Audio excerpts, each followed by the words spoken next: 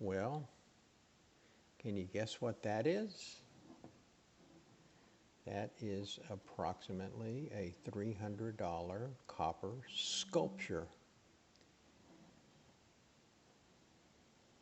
What happened was I had a $300 furnace and my crucible cracked, and the copper I was melting, which is about, yeah, it's a bunch of pins and stuff, so it's probably 1% gold by weight. It poured out into the furnace and through the little hole where the coil comes up, wires come up through, and went down into the control panel box, melted everything, destroyed the whole